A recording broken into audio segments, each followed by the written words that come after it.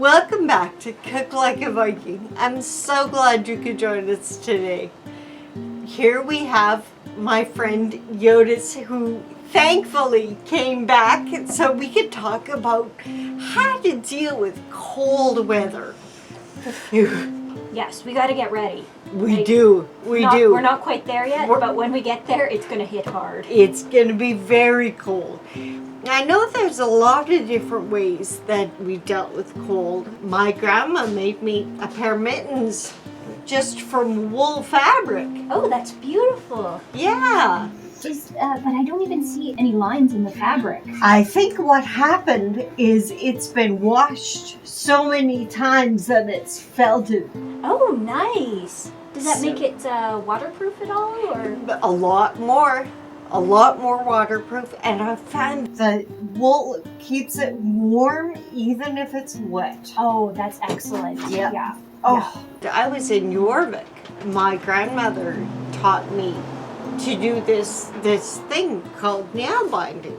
It's a single needle stitching. You're actually sewing, and I know we make socks and we make hats and mitts.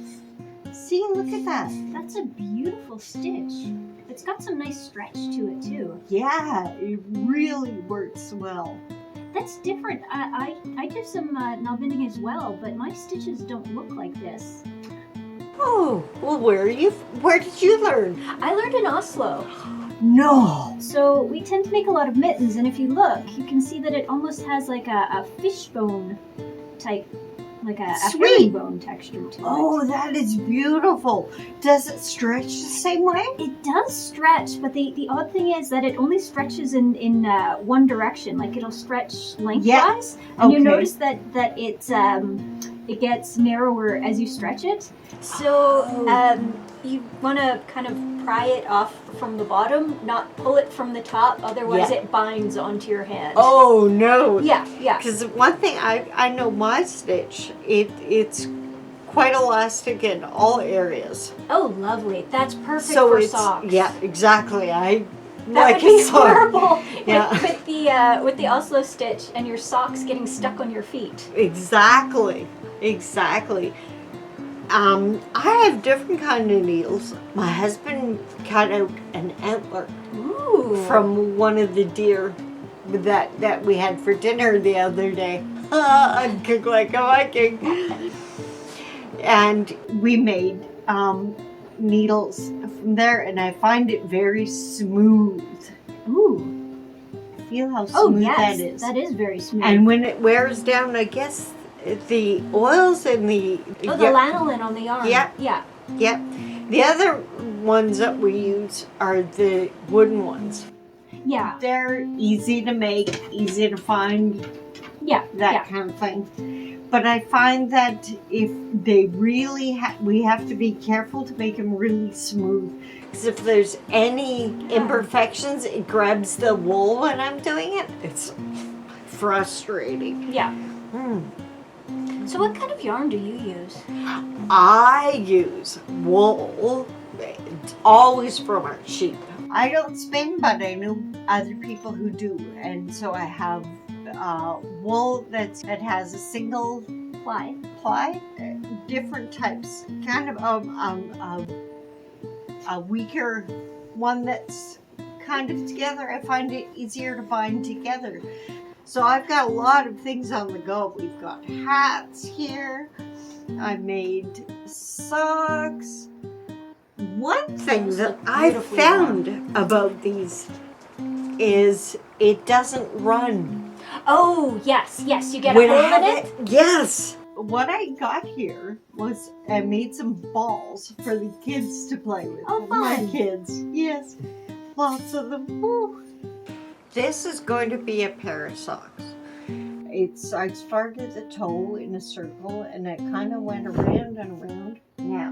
Now you can see the stitches. There's little stitches on one row, and there's a top row here. So what I'm going to do is go in one stitch like this, and see how it's got a nice big loop?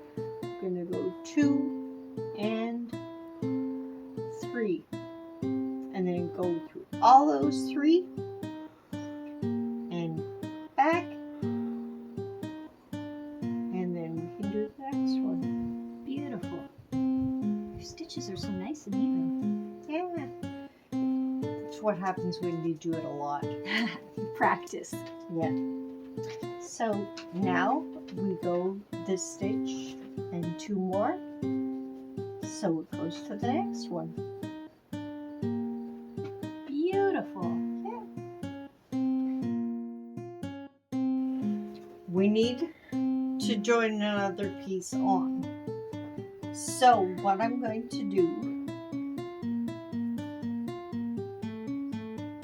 is loosen up these because you want them to be able to grab the other ones. Oh, here, I'm going to pull off a piece there. And I'm going to go back to the beginning of the yarn to add on. That way it's all the same twist. Because when you twist it, now you want to take a little bit of water. I like a little bit of water on my hands, and I put it down like that, and put that there. Now, look at, Very nice. it's all together. You can just keep going until you get to the end and you need to add another one on. Can you show me how you do yours? Because I know it's different. Different areas have different stitches. Sure, and I can also show you how to start it as a chain. Oh, good. Instead of a spiral. Because everybody learns different. I guess there's no right way. So I'm just gonna break my thread here, and I might do this wrong to start with because I don't start very often, but once I'm started, I'm good. So I'm just tying a regular knot, Okay. but I am leaving it loose. Okay. And then I want to have the small tail in my palm here, and then I'll hold this between my fingers. Actually, I'm going to tighten that up a bit. And then this will come up over here, and I've got to put this through my needle, the long end through my needle.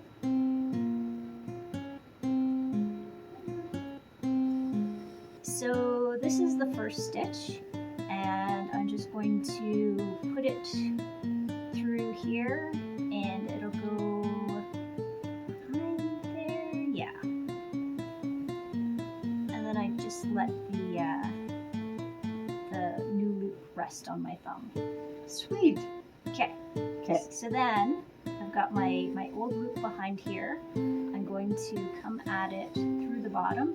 Yep. And then twist it around and come through the loop that was on my thumb. Sweet. Okay. Now, a lot of people don't do this, but a lot of people tension it around their thumb and use their thumb as the how big the loop Sizing. will be. The sizing, yeah. But I like sizing it around the needle. I don't know why, but I just do. So I pull it tight around the needle, and then again I have it on my thumb. So the stitch that was just created is sitting behind here. Just make sure. Yeah, it's this one here. Okay. Yep. So come through it this way, give it a twist, goes through the one that's on my thumb. Sorry. Yep. Then I can tighten that up and then pull it through. Sweet. And then once you've done a few of those, it'll end up looking like this. Oh, is that ever beautiful? That looks so gorgeous. Looks like a braid. Yeah, yeah. And then what you can do is, let me steal my needle. So once you've had that going for a while, you can switch it around and join it. so that you have a loop. Okay.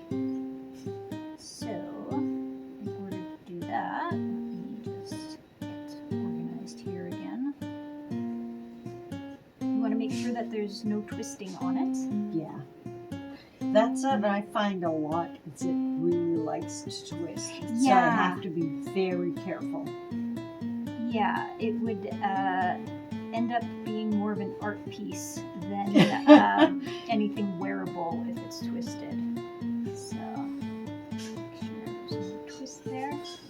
And then what you want to do is grab one stitch from the bottom, and then you're gonna grab this one here, and then you're back to your normal stitching that we were doing before. Okay. So pull that tight.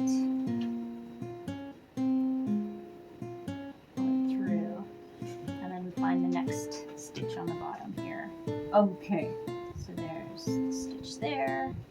Grab the one from behind, flip around, tighten it up, and pull it through.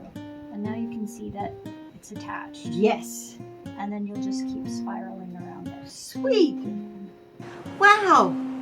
Thanks for joining us today. I really appreciate it. I love it when you're here. It was lovely spending time with you. Awesome. Thank you, and join us next time on Cook Like a Viking.